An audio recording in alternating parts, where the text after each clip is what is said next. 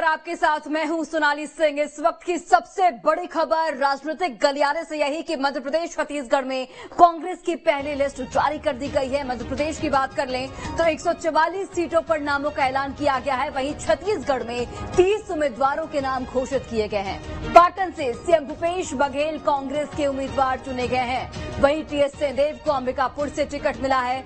अमरजीत भगत को सीतापुर से टिकट दिया गया है। वहीं गृह मंत्री ताम्रध्वज साहू को दुर्ग से टिकट दिया गया है। मध्य प्रदेश की बात कर लेते हैं। आरिफ मसूद को भोपाल मध्य से टिकट मिला है।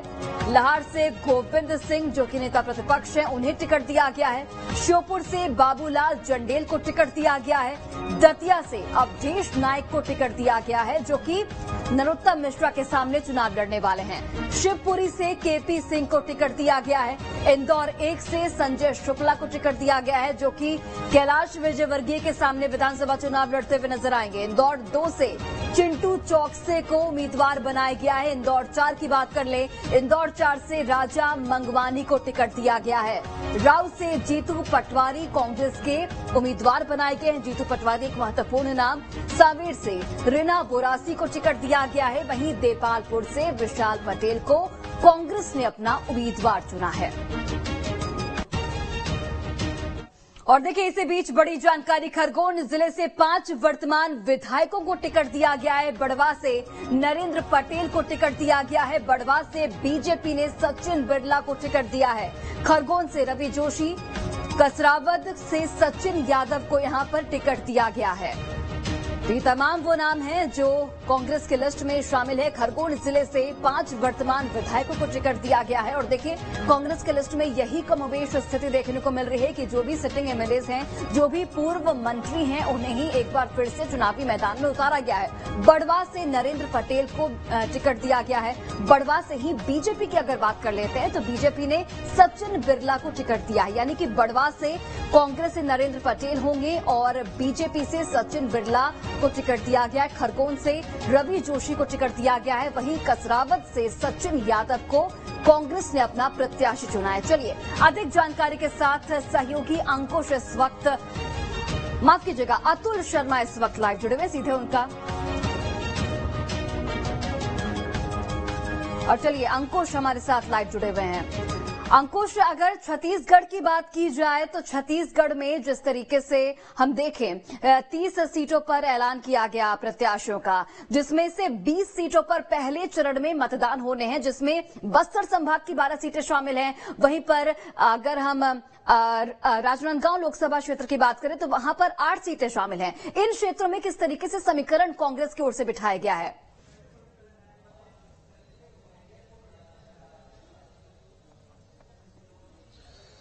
देखिए, समीकरणों की अगर बात करें तो सबसे महत्वपूर्ण बात यह है कि कैबिनेट के तमाम सदस्यों को टिकट दे दिया गया है। बस 2 से 3 बड़े बदलाव जो है वो 30 प्रत्याशियों की सूची में देखने को मिलते हैं, जिसमें दीपक बैज का नाम जो है चित्रकूट विधानसभा से शामिल किया गया है। दीपक बैज वर्तमान में कांग्रेस पार्टी के प्रदेश अध्यक्ष हैं, बस्तर लोकसभा से सांसद हैं और अब उन्हें चित्रकूट विधानसभा से प्रत्याशी बना दिया गया है। दूसरी अगर बात करें तो मंत्री गुरु रुद्र कुमार, उनका विधानसभा क्षेत्र बदल दिया गया है, उनको अब नवागढ़ से टिकट दिया गया है। इसके अलावा अगर बाकी लोगों के नामों की बात करें तो बहुत ज्यादा बदलाव देखने को नहीं मिलते, क्योंकि छत्तीसगढ़ के उप मुख्यमंत्री जो है टीएस सिंहदेव, उनको अंबिकापुर से यथावत रखा गया है। सीतापुर से अमरजीत भगत जो मंत्री हैं उनको भी यथावत रखा गया है। कोरबा से जयसिंह अग्रवाल, उनको भी यथावत रखा गया है। खरसिया से उमेश पटेल उच्च शिक्षा मंत्रालय देखते हैं, उनका नाम भी यथावत उसी विधानसभा से है जहां से वो पहले चुनाव लड़ते आए हैं। शक्ति की अगर बात करें तो डॉक्टर चरणदास महंत विधानसभा के अध्यक्ष हैं, उनको फिर से चुनावी मैदान में उतारा गया है। और आरंग विधानसभा से जो नगरीय प्रशासन मंत्री हैं शिव कुमार डहरिया, उनको एक बार फिर से चुनावी मैदान में उतारा गया है। डोंडी लोहारा से अगर बात करें तो अनिला भेड़िया जो महिला बाल विकास की मंत्री हैं, उनको एक बार फिर से मौका दिया गया है। पाटन से मुख्यमंत्री भूपेश बघेल पाटन से चुनाव जीतकर आते रहे हैं और एक बार फिर से पाटन से ही वो चुनाव लड़ते हुए नजर आएंगे। और दुर्ग रूरल की अगर बात करें तो ताम्रध्वज साहू छत्तीसगढ़ में गृह मंत्री हैं वो, और उनको एक बार फिर से दुर्ग रूरल से टिकट दिया गया है। साजा से मंत्री रविंद्र चौबे, वरिष्ठ मंत्री हैं सरकार के, उनको एक बार फिर से साजा से टिकट दिया गया है। वो एक बार फिर से चुनाव मैदान में लड़ते हुए नजर आएंगे। और नवागढ़ की अगर बात करें तो रुद्र कुमार गुरु को मौका दिया गया है। पंडरिया विधानसभा से नीलकंठ चंद्रवंशी जो है उनको टिकट दिया गया है। इसके अलावा मोहम्मद अकबर एक बार फिर से कवर्धा विधानसभा क्षेत्र से चुनाव लड़ते हुए नजर आएंगे। यशोदा वर्मा खैरागढ़ से, जो अभी हाल ही में वहां पर जो विधानसभा का उपचुनाव हुआ था, उपचुनाव में वो जीत कर आई थी, कांग्रेस प्रत्याशी जीती थी और एक बार फिर से उनको वहां से टिकट दिया गया है। डोंगरगढ़ की अगर बात करें तो हर्षिता स्वामी बघेल जो है उनको टिकट दिया गया है। राजनांदगांव एक काफी महत्वपूर्ण सीट है। छत्तीसगढ़ के पूर्व मुख्यमंत्री डॉक्टर रमन सिंह कई बार से वहां से चुनते आ रहे हैं और एक बार फिर से उनके सामने राजनांदगांव से गिरीश देवांगन, जो कांग्रेस संगठन के पदाधिकारी हैं, वो पूर्व मुख्यमंत्री डॉक्टर रमन सिंह को टक्कर देते हुए नजर आएंगे। डोंगरगांव की अगर बात करें तो दलेश्वर साहू को वहां से टिकट दिया गया है। खुज्जी विधानसभा से भोलाराम साहू, मोहला मानपुर से इंद्रेश मंडावी को टिकट दिया है, इंद्र शाह मंडावी को टिकट दिया गया है। अंतागढ़ से रूप सिंह पोटाई को टिकट दिया गया है। और भानु प्रतापपुर, जो अभी सावित्री मंडावी वहां से विधायक हैं और उसके पहले जो उपचुनाव हुए थे उसमें ये जीत कर आए थे, उनको एक बार फिर से वहां से टिकट दिया गया है। कांकेर से थोड़ा सा नाम बदल गया है और शंकर ध्रुव को अब एक बार फिर से वहां से टिकट दिया गया है। शिशुपाल सोरी इसके पहले वहां पर विधायक रहे, तो शिशुपाल सोरी का टिकट कट गया है या फिर अगली सूची में कहीं और से उनको मौका दिया जाएगा, ये अभी स्पष्ट नहीं है।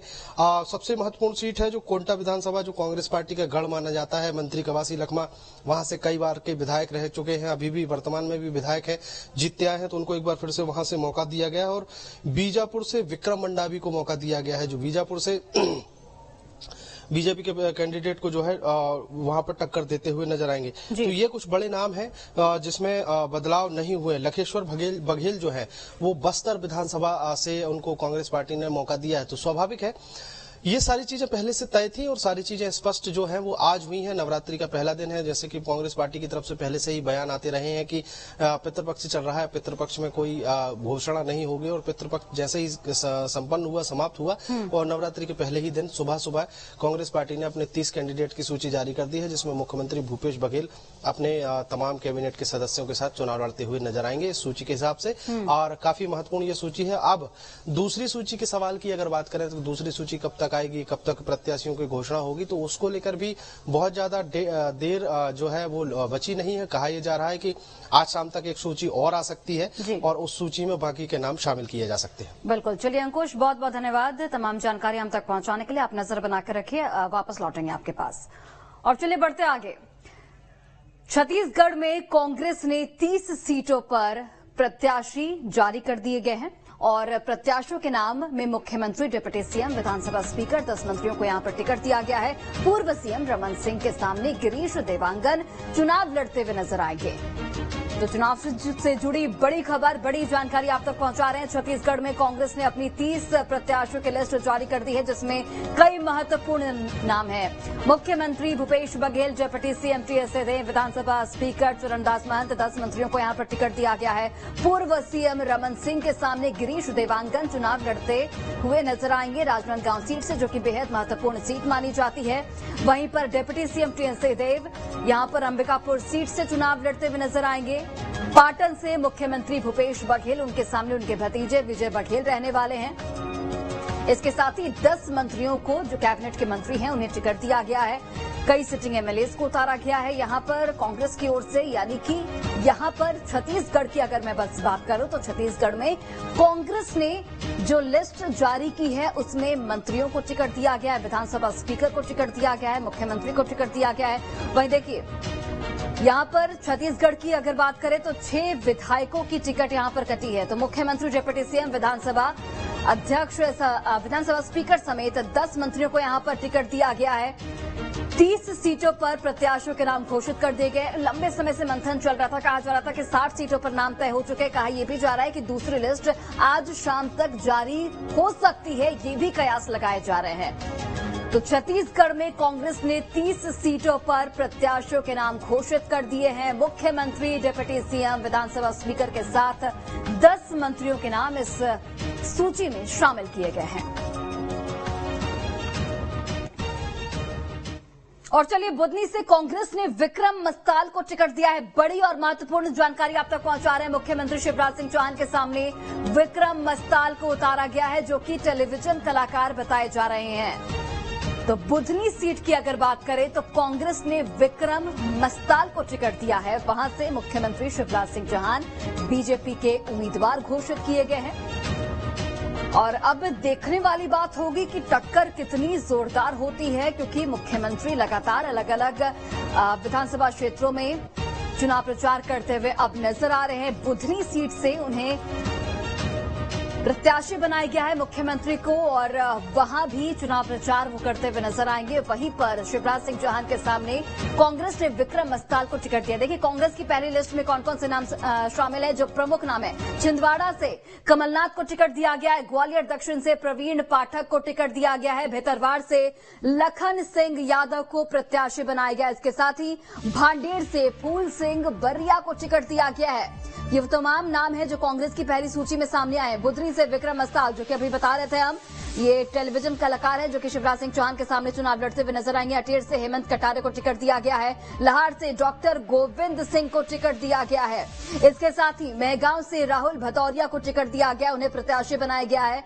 ये कांग्रेस की पहली लिस्ट में प्रमुख नाम है। छिंदवाड़ा कमलनाथ के बारे में ये कहा जा रहा था कि वो पूरे क्षेत्र पर, पूरे स्टेट पर फोकस करना चाह रहे थे, इसलिए वो विधानसभा चुनाव नहीं लड़ेंगे। लेकिन अब छिंदवाड़ा से एक बार फिर से कांग्रेस ने कमलनाथ को ही उम्मीदवार बनाया है। भांडेर से फूल सिंह बरिया को टिकट दिया गया है।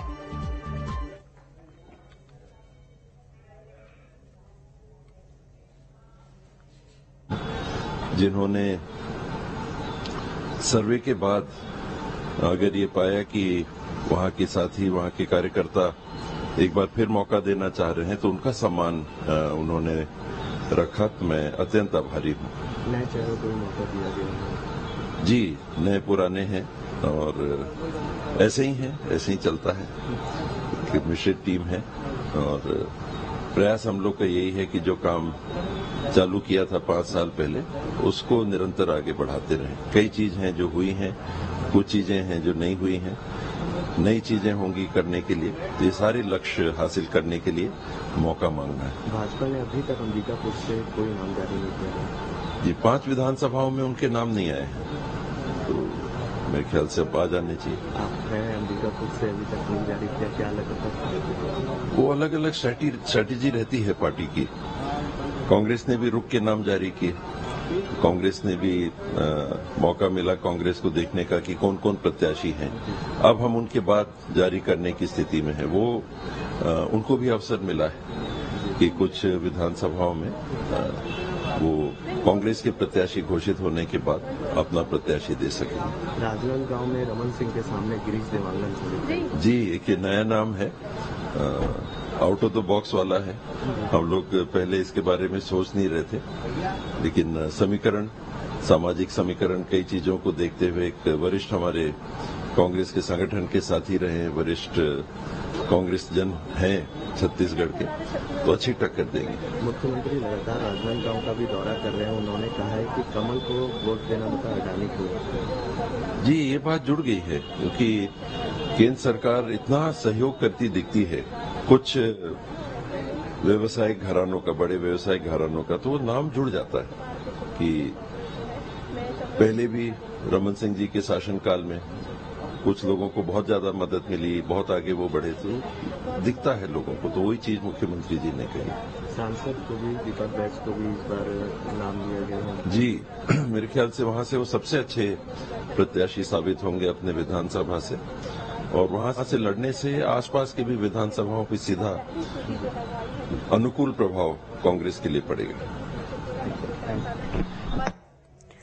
तो बिल्कुल डिप्टी सीएम टीएस सिंहदेव को आप सुन रहे थे, छत्तीसगढ़ के, जिन्होंने कहा कि कांग्रेस ने काफी लंबा मंथन किया और कांग्रेस को एक वक्त भी मिला जब बीजेपी ने अपने प्रत्याशी घोषित किए तो उनके सामने किस तरीके से प्रत्याशियों के नामों का ऐलान करना है, और ये कांग्रेस के लिए एक बड़ी जिम्मेदारी होगी कि अब इन प्रत्याशी जो अलग अलग क्षेत्र में जाएंगे चुनाव प्रचार किस तरीके से करेंगे। चलिए बढ़ते आगे, राघवगढ़ की बात करते। राघवगढ़ और चाचोड़ा से चाचा भतीजे को टिकट दिया गया है। राघवगढ़ से दिग्विजय सिंह के बेटे जयवर्धन सिंह को टिकट दिया गया है। वहीं चाचोड़ा से भाई लक्ष्मण सिंह भी चुनाव लड़ने वाले हैं। तो यहां पर देखिए, चाचा भतीजे को राघवगढ़ और चाचोड़ा से टिकट दिया गया है। राघवगढ़ से दिग्विजय सिंह के बेटे जयवर्धन सिंह को मौका दिया गया है कांग्रेस की ओर से। वहीं चाचोड़ा से भाई लक्ष्मण सिंह भी चुनाव लड़ने वाले हैं। तो यहां पर देखिए, राघवगढ़ और चाचोड़ा सीट की अगर बात करें तो चाचा भतीजे को यहां पर टिकट मिला है। दिग्विजय सिंह के बेटे जयवर्धन सिंह को राघवगढ़ से प्रत्याशी बनाया गया है कांग्रेस का। वहीं चाचोड़ा से उनके भाई लक्ष्मण सिंह भी चुनाव लड़ने वाले हैं। और चलिए आप ये देखिए, कांग्रेस की लिस्ट मध्य प्रदेश, ये ग्राफिक्स के जरिए आपको बता रहे हैं। बुधनी से शिवराज सिंह चौहान वर्सेस बुधनी से विक्रम मस्ताल, जो कि टेलीविजन कलाकार हैं। हनुमान की भूमिका उन्होंने निभाई है टेलीविजन सीरियल में। तो ये टक्कर होगी शिवराज सिंह चौहान की विक्रम मस्ताल से। बुधनी विधानसभा सीट की हम बात कर रहे हैं। दूसरे ग्राफिक्स, इंदौर 1 से कैलाश विजयवर्गीय के सामने होंगे संजय शुक्ला, जो कि अभी वहां से विधायक भी हैं और यहां पर कांग्रेस की स्थिति मजबूत भी बताई जाती है। तो कैलाश विजयवर्गीय की टक्कर होगी संजय शुक्ला से। ग्राफिक्स के माध्यम से हम आपको तमाम वो महत्वपूर्ण चेहरे दिखा रहे हैं जिनकी टक्कर जोरदार होने वाली है।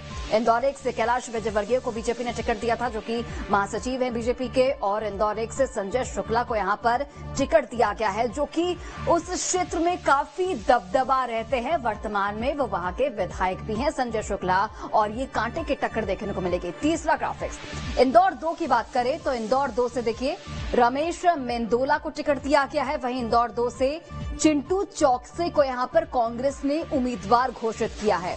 तो रमेश मेंदोला के सामने चिंटू चौकसे होंगे, जो कि विधानसभा चुनाव लड़ने वाले हैं। चलिए अधिक जानकारी के साथ सहयोगी अतुल जुड़ गए हैं इस वक्त लाइव। अतुल, चूंकि कांग्रेस ने 144 सीटों पर प्रत्याशियों के नामों की घोषणा कर दी है और हम देख रहे हैं कि इन 44 सीटों में से कई पुराने नाम ही शामिल हैं, कई ऐसे हैं जो पूर्व मंत्री हैं, कई ऐसे हैं जो सिटिंग एमएलए हैं। महिलाओं को भी यहां पर मौका दिया गया है। 39 प्रत्याशी ओबीसी वर्ग से यहां पर घोषित किए, यानी कि कांग्रेस ने हर समीकरण को यहां पर साधने की पुरजोर तरीके से कोशिश की है। देखिए, कांग्रेस के तमाम नेता इसी तरीके से कह रहे थे कि जब भी लिस्ट आएगी तो तमाम संतुलन उस लिस्ट के अंदर मिलेगा और सर्वे को प्राथमिकता दी जाएगी, और हुआ भी कहीं इस तरीके से ही।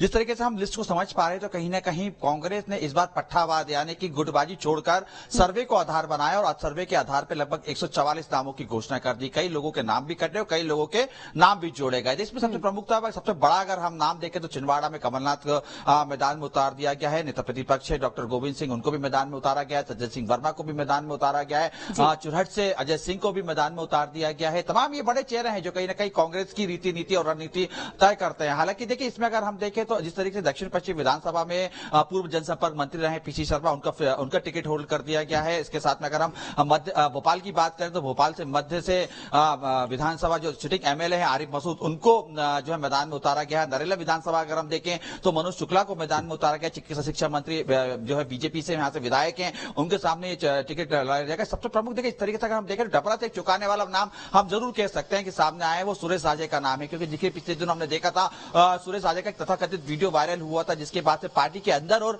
विपक्ष तमाम जो दूसरे राजनीतिक दल है उसमें उनके टारगेट पे वो आ गए थे। हालांकि इन तमाम विवादों को दरकिनार करते हुए भी डबरा से सुरेश राजे को टिकट दे दिया गया है। इसके साथ में अगर हम देखिए, तमाम कोशिश की गई है संतुलन बिठाने की, जातिगत संतुलन बिठाने के साथ साथ ये भी कोशिश की गई है कांग्रेस की तरफ से कि जो सर्वे एक आधार बनाया गया था उसके आधार पर ही तमाम लोगों को टिकट दिया जाए। इसके साथ में हम देखें 144 सीट में जो जनरल कैटेगरी की जो नाम है उसमें 44 से 47 लोगों को जो टिकट दिया गया। इसमें माइनॉरिटी के 6 लोगों को दिया गया। ओबीसी में 39 जो है प्रत्याशियों को टिकट दिया गया। देखिए, मध्य प्रदेश की सियासत इस समय हम देख भी रहे हैं कि लगभग ओबीसी के इर्द गिर्द ही घूमती हुई दिखाई दे रही है। दोनों ही राजनीतिक दल के लोग जानते हैं कि जितना ज्यादा हम ओबीसी वर्ग के करीब जाएंगे उतने ही करीब हम सत्ता के भी पहुंचेंगे। तो यही कोशिश कांग्रेस की तरफ से रही है। उसके साथ में एससी के लिए 22 जो है प्रत्याशियों की सूची जो जारी की गई है, एसटी के लिए 30 नाम किए गए। इसमें सबसे महत्वपूर्ण अगर हम देखें तो देखिए 50 वर्ष से कम उम्र वालों को भी जो है कहीं ना कहीं लिस्ट में लिया गया है और उसमें 19 जो है महिलाओं को टिकट दिया गया है। देखिए महत्वपूर्ण इस तरीके से हम देख सकते हैं कुणाल चौधरी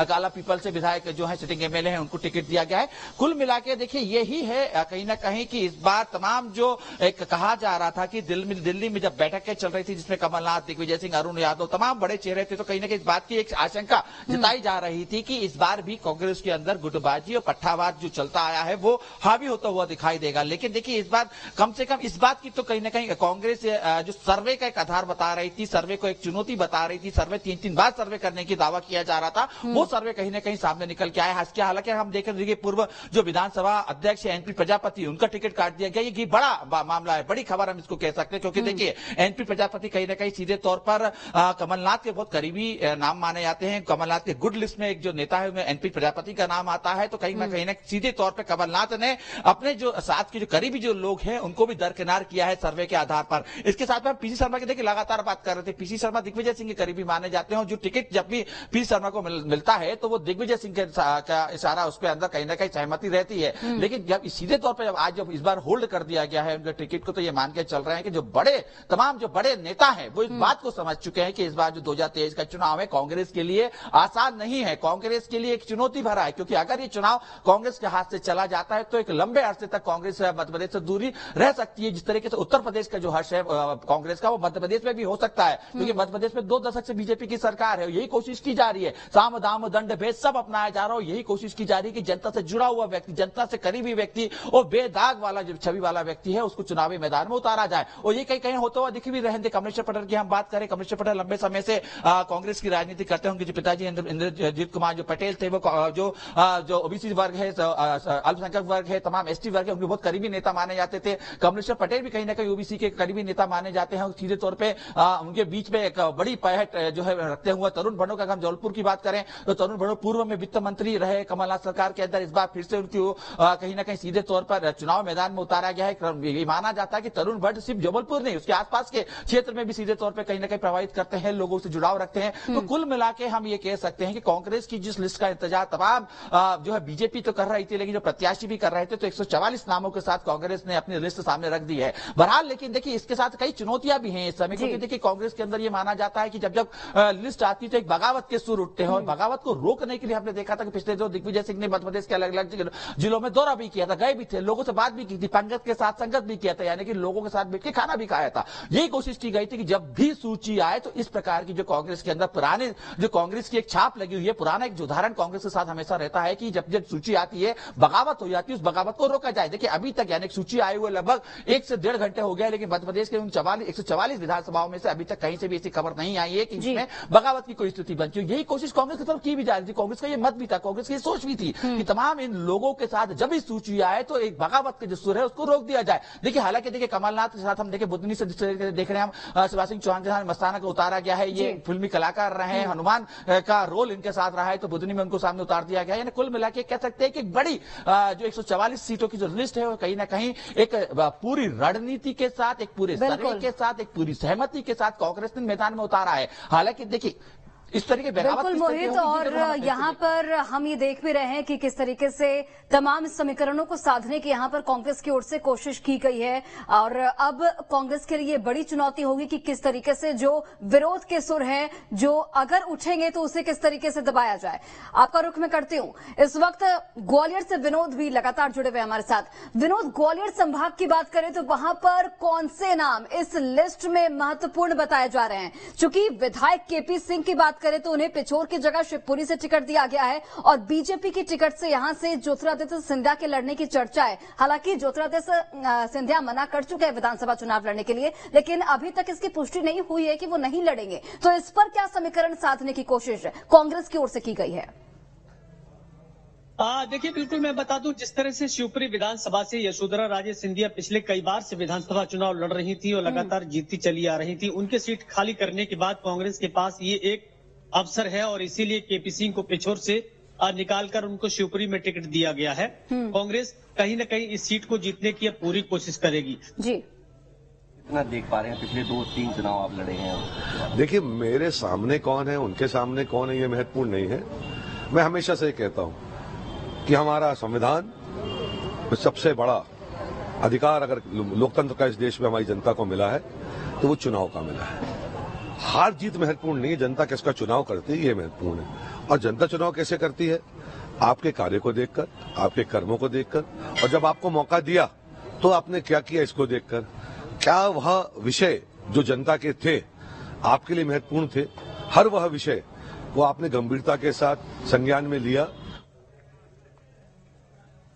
चलिए, तो बिल्कुल कांग्रेस की पहली सूची जारी हो चुकी है। मध्य प्रदेश में 144 नामों की घोषणा हो गई है। वहीं छत्तीसगढ़ में 30 प्रत्याशियों के नाम घोषित कर दिए गए। इस खबर पर हमारी नजर लगातार बनी हुई है। तमाम समीकरण समझाने की आपको कोशिश करेंगे। फिलहाल एक छोटे से ब्रेक के लिए रुकते हैं, जल्द हाजिर होंगे।